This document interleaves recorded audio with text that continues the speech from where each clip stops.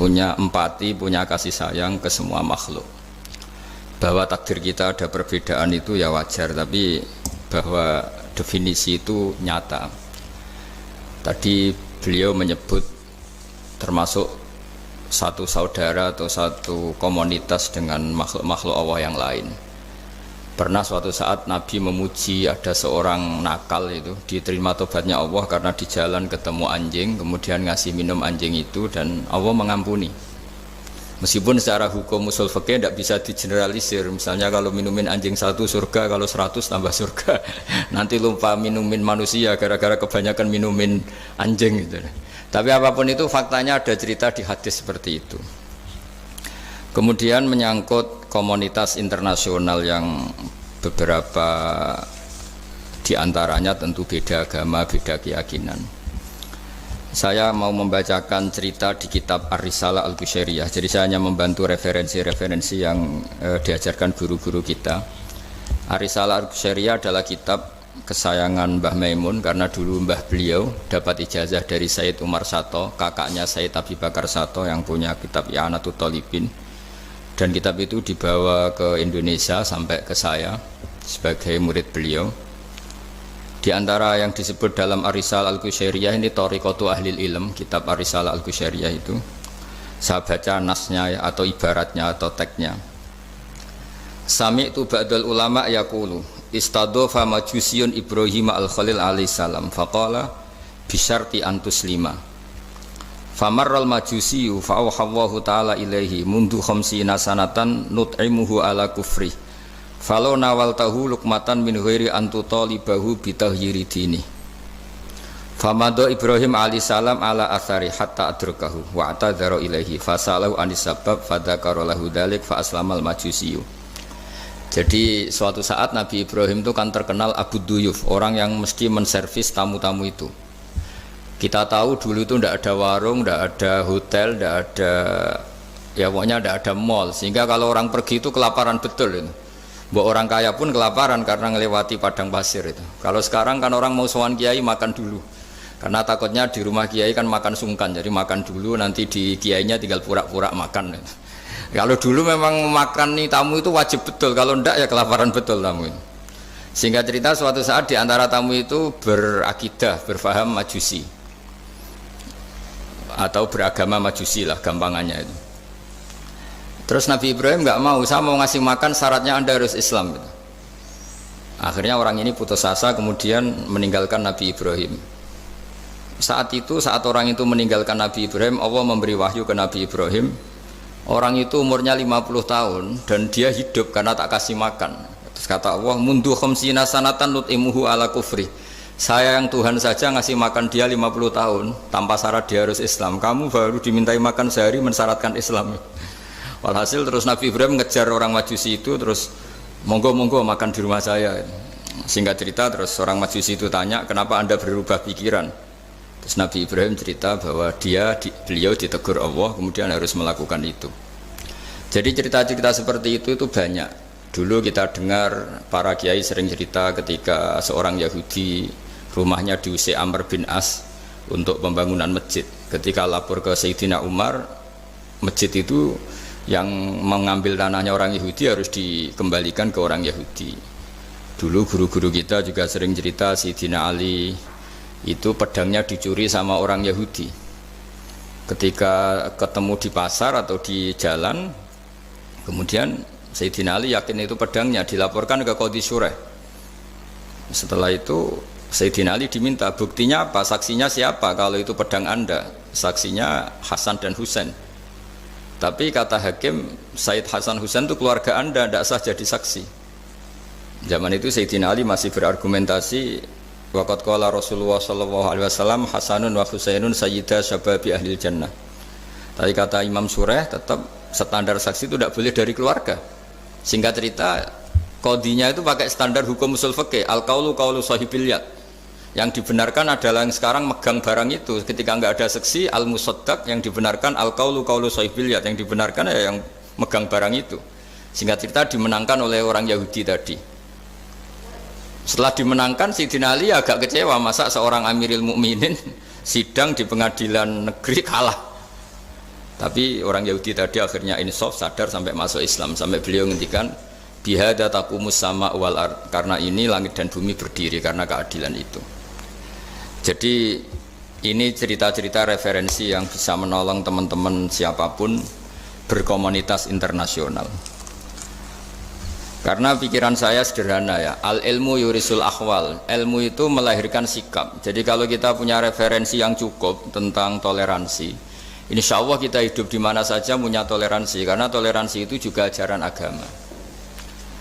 Di antara yang diceritakan para guru-guru kita adalah ketika Nabi mau dibunuh oleh orang namanya Daksur atau Duksur, siapa nggak tahu KTP-nya saya. Kiai-kiai kalau baca Daksur. Ketika beliau sedang santai di satu tempat, tahu-tahu ada orang yang mengambil pedangnya kemudian bilang mayyamna'uka minni ya Muhammad. Sekarang Anda sama saya berdua, siapa yang bisa menghalangi kamu? Nabi dengan rileks menghentikan Allah. Kemudian si Daksur ini gemetar, pedang jatuh. Kemudian diambil Nabi. Sekarang ya Daksur mayyamna'uka minni, yang bisa menghalangi kamu siapa? Orang itu bilang la ahada, tidak siapapun. Nabi dengan gampangnya fa'afa anhu, Nabi memaafkan. Padahal ini jenis harbi, jenis orang yang jelas punya niat bunuh. Terus artinya kita-kita yang ngaji di pesantren, saya ngaji di Mbah Maimun, punya Bapak Kiai Nur Salim, semuanya ngajarkan bahwa di mana-mana perang kekerasan itu ya karena kita diperangin. Udina lilladzina yuqatalun, karena kita diperangi kita boleh perang. Qatilul ladzina yuqatilunakum. Jadi yang boleh kita perangi ya zaman kayak kita dulu dijajah Belanda, dijajah Jepang zaman itu. Ketika sudah tidak ada penjajahan ya alasan itu sudah hilang karena mereka tidak merangi kita. Jadi apa ya, perang ya ada konteks rasionalitasnya, damai juga ada konteks rasionalitasnya. Tapi karena kita punya tradisi referensi, teman-teman yang di Jerman tak bantu, tadi ada kitab Arisal Al-Qushairiyah, terus ada beberapa cerita-cerita tadi kayak Daksur. Kalau ayatnya jelas ya, jelas qatilul ladzina yuqatilunakum wa in janahu lisalmi fajnah laha wa tawakkal 'ala Allah. Bahkan seperti yang diceritakan Profesor Quraisy tadi, yang sedang kita benci pun bisa saja suatu saat teman. Dalam surat Mumtahanah itu atau Mumtahinah ada ayat asawwau ayyaj'ala bainakum wa bainal ladzina ataitum minhum mawaddah. Bisa saja orang yang sekarang kamu benci suatu saat kamu cintai.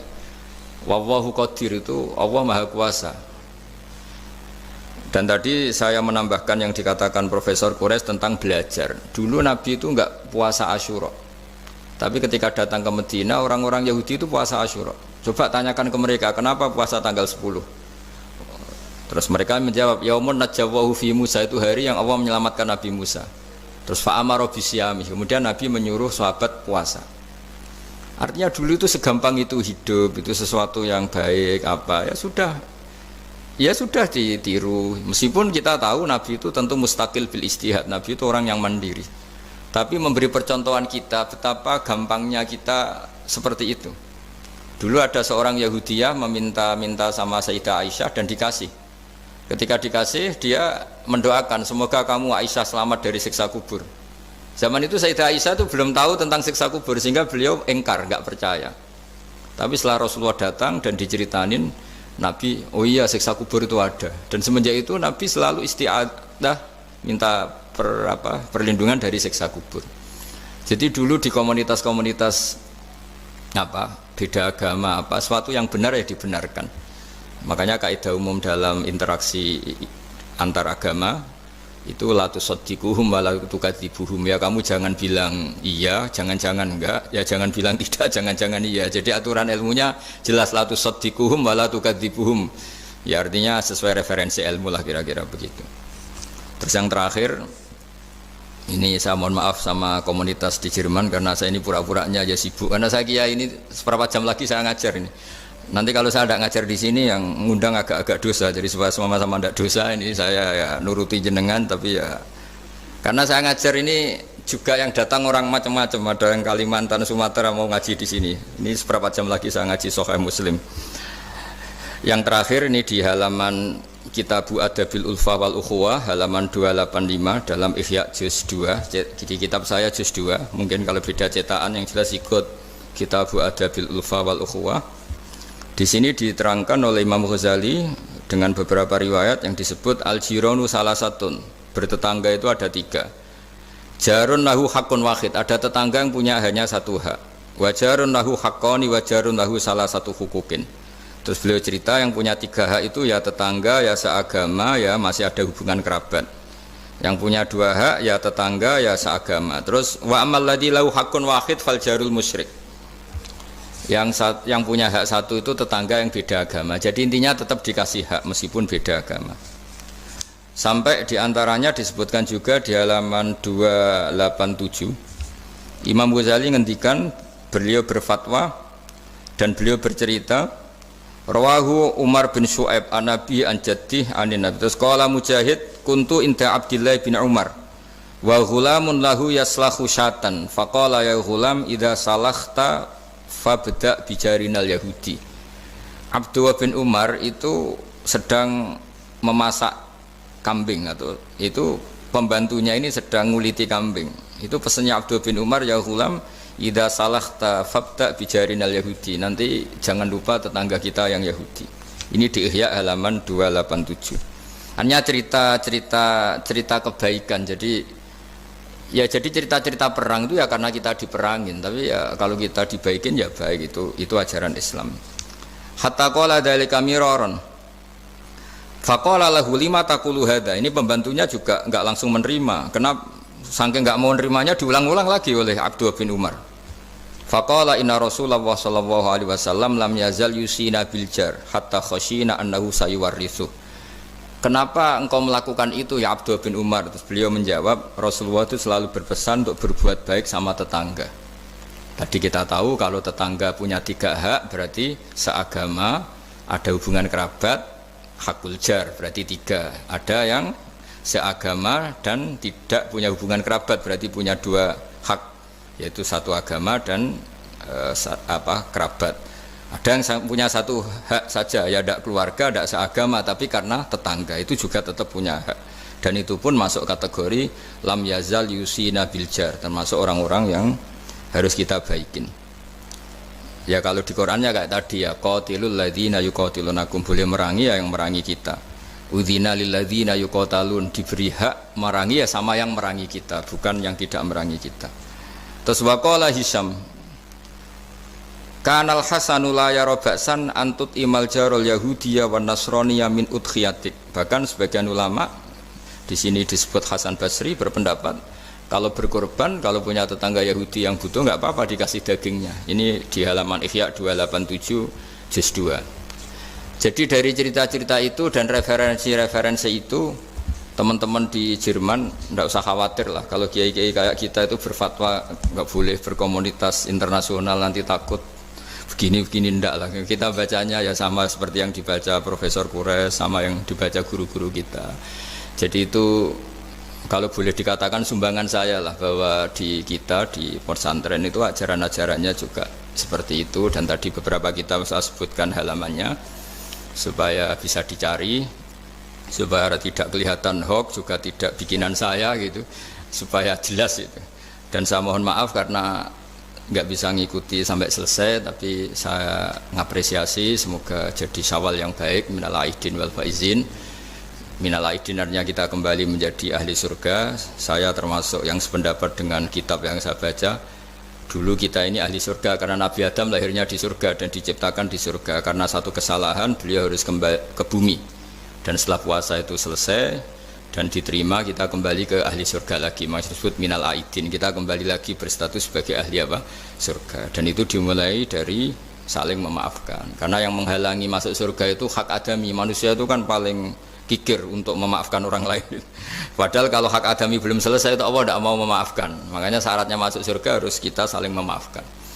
Dengan cara seperti itu insya Allah kita minal aidin wal faizin. Jadi mohon maaf, sekali lagi mohon maaf karena saya tidak bisa ngikuti sampai selesai karena saya harus ngaji. Karena bukan papa ya, memang harus. Andai kan sunat itu mungkin saya tinggalkan. Mohon maaf sekali. Wassalamualaikum warahmatullahi wabarakatuh. Waalaikumsalam. Terima kasih sekali Gus Baha. Kalau misalnya untuk satu pertanyaan, mungkin masih bisa Gus Baha atau Prof. Rais sama-sama harus tinggal 5 menit. Namun kan ini Gus, banyak yang nunggu, nanti saya yang dimarahi, ini saya juga menunaikan kewajiban. Ada satu pertanyaan dari Silakan satu pertanyaan saya tunggu. Terima kasih Prof. Ini saya tanyakan langsung Prof. Saya pernah mendengar panjenengan menyampaikan tentang konsep kedamaian aktif dan pasif. Mungkin bisa dijelaskan Prof mengenai hal tersebut, khususnya dalam rangka mempersatukan hati tadi itu Prof. Baik, jadi begini, saya beri contoh. Berdamai pasif itu Anda tidak ganggu orang. Damai aktif itu Anda memberikan sesuatu yang positif pada orang. Kalau kita berada di bus, duduk tanpa menyapa yang di samping kita, tanpa mengganggunya, kita duduk dengan baik sambil membaca atau merenung, itu terjadi kedamaian, tapi itu damai pasif. Ada yang aktif adalah Anda memberi dia, ini koran Mas mau baca, ini permen Mas, ajak dia ngobrol dan sebagainya, itu damai aktif. Nah, di Al-Qur'an itu dua-duanya ada itu. Ya, idza khatabahumul jahiluna qalu salama. Kalau mereka itu disapa oleh orang-orang jahil, mereka tinggalkan. Salama, saya berikan kedamaian, damaian pasif. Nah, ya, karena itu pesannya, kalau tidak bisa memberi, jangan ambil haknya orang. Kalau tidak bisa memuji, jangan cela dia. Kalau tidak bisa membantu, jangan jerumuskan dia. Itu damai pasif dan aktif. Terima kasih. Terima kasih Prof. Quraish Shihab. Sejatinya kami ingin memohon doa juga, tetapi insya Allah sedikit insya saja. Allah lain kali kita. Ya, Prof. Quraish Shihab. Terima kasih sekali. Selalu, Prof. Terima kasih. Assalamualaikum. Terima kasih. Waalaikumsalam warahmatullahi. Sekarang kita lompat kembali ke Gus Baha. Moga-moga beliau masih berkenan menjawab pertanyaan saya. Ngapunten Gus, satu saja Gus. Panjenengan pernah menyampaikan apabila kebodohan itu merusak, tetapi sok pintar itu jauh lebih merusak. Nah, ini mungkin panjenengan berkenan menyampaikan soal itu. Tentu ada bodoh yang benar-benar nggak ditoleransi Allah Ta'ala, yaitu bodoh tentang Tuhan ya. Kita dikasih nikmat Allah, dikasih bumi untuk dipakai tanpa bayar, dikasih oksigen. Kemudian kita bodoh nggak tahu yang memberi siapa, itu kan bodoh betul. Tapi lebih merusak lagi ketika nggak ngerti, mengklaim dirinya sebagai ngerti. Karena itu artinya kan sesuatu yang harusnya larangan dimengerti, gara-gara kamu bilang itu ilmu, itu terus diilmukan. Jadi sesuatu yang salah tapi diilmukan, itu lebih ngeri karena menyesatkan. Saya beri contoh misalnya begini, kita di pondok itu kan ngaji jelimet lah. Jelimet itu ya detail gitu. Sehingga kita tahu lah bodoh yang paling nggak ditoleransi itu bodoh tentang Allah. Sehingga ketika pertama kita ngaji, awalu wajibin alal insan ma'rifatullah, pertama yang harus kita tahu itu Allah. Kita sebagai warga negara Indonesia saja tahu presidennya siapa, bupati kita siapa. Masa di buminya Allah tidak tahu yang bikin siapa, itu kan kebangetan. Itu bodoh, itu merusak, terutama bodoh dalam hal-hal yang harus ngerti, yaitu tadi ma'rifatullah. Tapi juga ada yang lebih fatal lagi, tidak ngerti tapi menyesatkan dengan klaim ngerti. Itu yang umat Islam zaman Imam Ghazali itu selalu mengingatkan bahayanya filsafat yang menyesatkan. Misalnya teori tentang Tuhan itu logos terus begini itu jeluwimet, sampai yang dengarkan aja nggak paham, yang ngomong juga masih nggak paham, apalagi yang mendengarkan.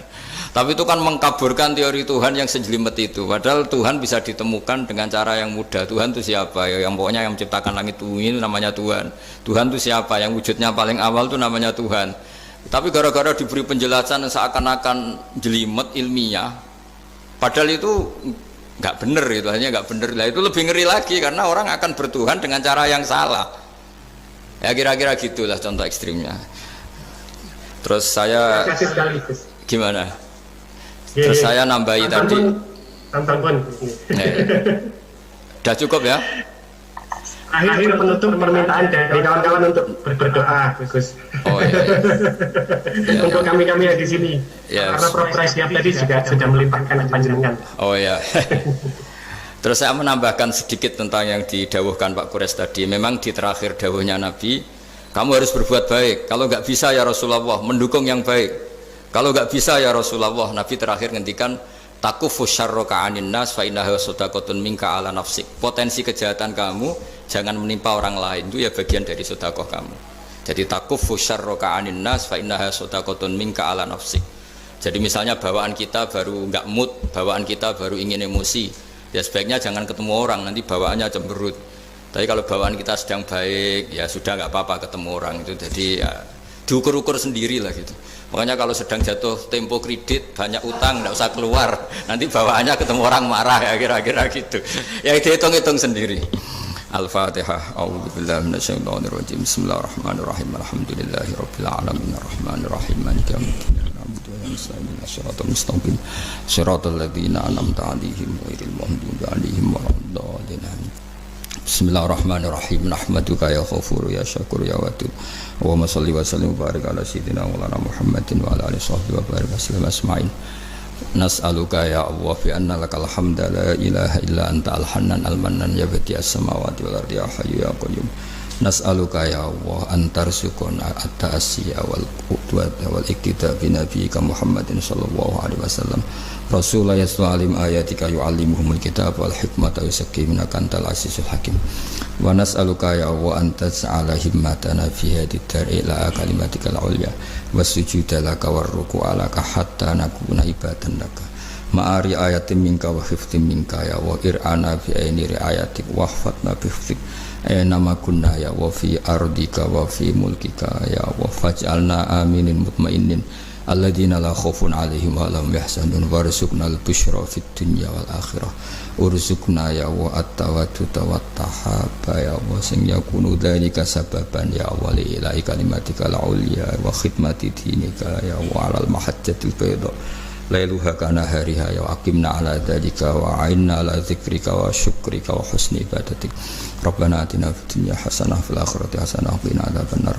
Sallallahu ala sayyidina Muhammad wa sahbihi wa baraka sallam subhana rabbika rabbil izzati amma yasifun wa salamun alal mursalin walhamdulillahi rabbil alamin. Al-Fatihah.